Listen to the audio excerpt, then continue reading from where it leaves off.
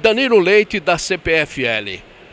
O Brasil está preparado, tem condições para a implantação em larga escala do veículo de energia elétrica limpa?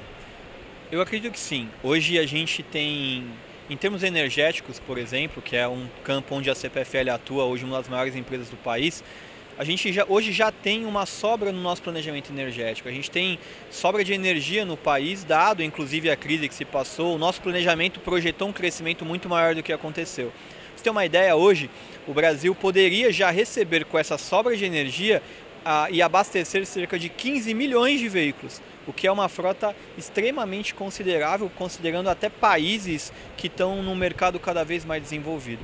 O ponto aqui é, nós teremos com certeza impactos com relação, por exemplo, à infraestrutura de rede, por exemplo. Então, só que se a gente fizer um planejamento muito bem, um planejamento bem feito, que possibilite com que pessoas tenham acesso mais fácil a esse tipo de tecnologia, naturalmente a nossa rede vai se adequando. Os problemas que nós encontramos são problemas conhecidos de uma empresa de energia elétrica, muito tranquilamente solucionados.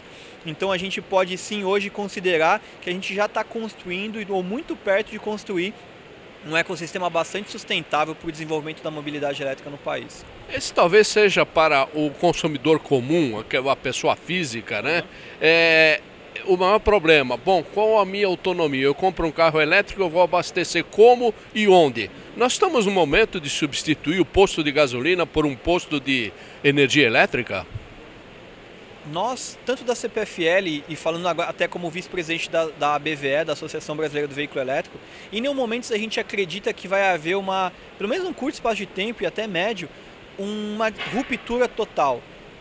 Você pode conviver com os dois tipos de mobilidade. Então, acho que a mobilidade elétrica vai transformar as cidades em cidades mais inteligentes. Logicamente que no longo prazo pode haver sim uma substituição, mas neste momento entendemos que as coisas são complementares. Do ponto de vista do cliente final, existe aí uma quebra de paradigma muito grande que as pessoas não estão acostumadas, que é o seguinte: elas vão poder carregar os seus carros dentro das suas próprias casas. Vai ter uma tomada em casa. Exato, exatamente isso. Então, hoje você não consegue colocar combustível no seu carro porque você precisa se dirigir a um posto de gasolina. Mas para um cliente final que tem um veículo elétrico, a infraestrutura necessária para ele colocar um carregador dentro da casa dele é muito similar se ele colocasse um novo chuveiro elétrico na casa dele. Então, até a questão de adequação da própria casa é muito simples. Então, a ideia realmente é que no momento de madrugada, por exemplo, onde está todo mundo dormindo, seu carro está parado, você não está utilizando, que você carregasse esse carro nesse momento. E isso até ajudaria uma empresa de energia, porque você está tirando consumo do horário de ponta e mandando esse consumo justamente para um horário onde a rede está tranquila, está subutilizada. A CPFL, ela tem já uma rede própria, ela já distribui essa energia para veículos? Hoje a CPFL tem uma das iniciativas, talvez a maior iniciativa que estuda mobilidade elétrica no país. Nós temos um projeto em andamento de pesquisa e desenvolvimento na região metropolitana de Campinas, onde fica a nossa sede. E para você ter uma ideia, hoje nós já temos 10 carregadores públicos dentro dessa região.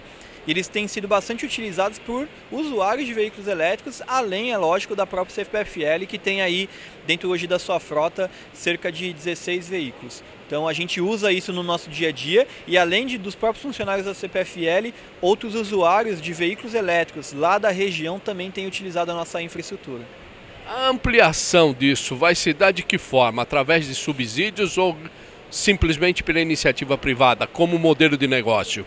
Eu acredito que os modelos eles têm que ser complementares. Logicamente que se você ter um mercado competitivo, a iniciativa privada tem que acabar tendo uma iniciativa bastante forte, um trabalho bastante forte, e a criatividade de novos modelos de negócio inevitavelmente vai acabar acontecendo.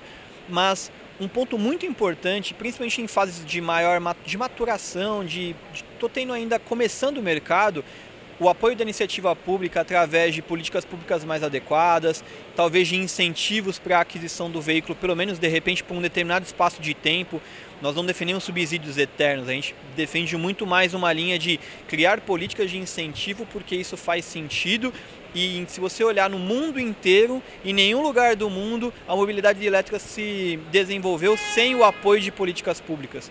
Então é inevitável que sim, que as políticas públicas devem ter um papel importante, mas logicamente trabalhando em conjunto com a iniciativa privada para que a gente tenha modelos de negócio sustentáveis. A curto e médio prazo, você acredita que poderá se substituir o veículo comum de passeio, né, por o veículo elétrico no Brasil, de gasolina ou álcool para elétrico? Acredito que sim. Por quê? Hoje você percebe que cada vez os veículos vão sendo lançados com maior autonomia. Então, um grande entrave para grande parte da população de trocar o seu veículo a combustão para um veículo elétrico é justamente essa autonomia. Mas, para você ter uma ideia, há 2 anos atrás a gente tinha modelos com cerca de 100, 150 km de autonomia. Grandes montadoras já lançaram modelos que já chegam a 400 km de autonomia, o que está muito próximo do que hoje um carro a combustão já faz. Então, acredito que sim, naturalmente isso vai acontecer. Num curto e médio prazo, nós trabalhamos com estimativas aí que teríamos condição de um mercado crescer de forma sustentável, atingindo, por exemplo, em 2030, cerca de 7 a 10 milhões de veículos na frota do Brasil, sem ter qualquer tipo de impacto, sem ter qualquer tipo de problema. Uma cidade como São Paulo, por exemplo, ela poderia trocar, por exemplo, sua frota pública de ônibus urbano e de táxis já imediatamente para energia limpa elétrica? Poder ela pode, mas eu acho que a questão dos investimentos ainda são um entrave, como em qualquer política pública que precisaria ser implementada. Então, ainda temos um problema muito grave com o veículo elétrico no Brasil, que é uma alta carga tributária. Então, antes de você ter qualquer tipo de disrupção e de troca de frotas, acho que a gente precisa resolver problemas que estão muito mais nessa linha de adequação tributária, do IPI, por exemplo, que hoje é de 25%, em comparação a um carro 1.0 que tem 7%. Então, existe aí um problema de conceito, uma vez que o veículo elétrico é um dos veículos mais eficientes que a gente tem, como que ele paga a maior alíquota possível. Então, acredito que a partir do momento que a gente resolver esse tipo de problema, eu não tenho dúvida que aplicações em transporte público, troca de veículos operacionais de prefeituras, de empresas, são um grande vetor para que as pessoas possam realmente ter muito mais contato com isso e naturalmente vão trocando seus veículos pessoais por veículos elétricos. A indústria de energia elétrica tem como atender essa demanda de imediato? Acredito que sim. Do jeito que a gente vem crescendo o mercado, nós temos total condição de atender. Em termos energéticos, como eu falei, existe uma sobra de energia estrutural no país que poderia já atender essa nova demanda. E em termos de rede, nós encontramos alguns problemas quando você tem uma massificação muito grande, mas a boa notícia é que esses problemas que foram encontrados são problemas naturais que qualquer distribuidora já sabe lidar, como por exemplo, queda de tensão, troca de um transformador ou troca de um trecho de rede de recondutoramento. Então, naturalmente, uma empresa de energia vai conseguir tranquilamente se adaptar a essa nova modalidade aí de veículos que está chegando no país. Para finalizar, quais são os projetos de imediato da CPFL? A CPFL vai estar praticamente finalizando essa iniciativa com o veículo elétrico. A gente deve finalizar os estudos até maio de 2018, então estamos aí numa fase final de projeto. Além disso, a gente já vem estudando a continuidade das nossas ações em mobilidade elétrica, como por exemplo, ampliação da infraestrutura e até estudo de impactos focados em transporte público, que é uma coisa que a gente quer entender um pouco mais e até para dar subsídio para poder desenvolvimento desse mercado no país. E além de outros projetos que a gente vem desenvolvendo em âmbito geral da área de inovação, como armazenamento de energia através de baterias e também implantação de projetos em conjunto, como painéis solares e veículos elétricos. Então tem um campo bastante grande aí que a gente vem desenvolvendo e trabalhando para desenvolver esse ecossistema de uma maneira interessante. No Salão do Veículo Elétrico, nós falamos aqui na Organics News Brasil com o Danilo Leite da CPFL. Muito obrigado. Obrigado.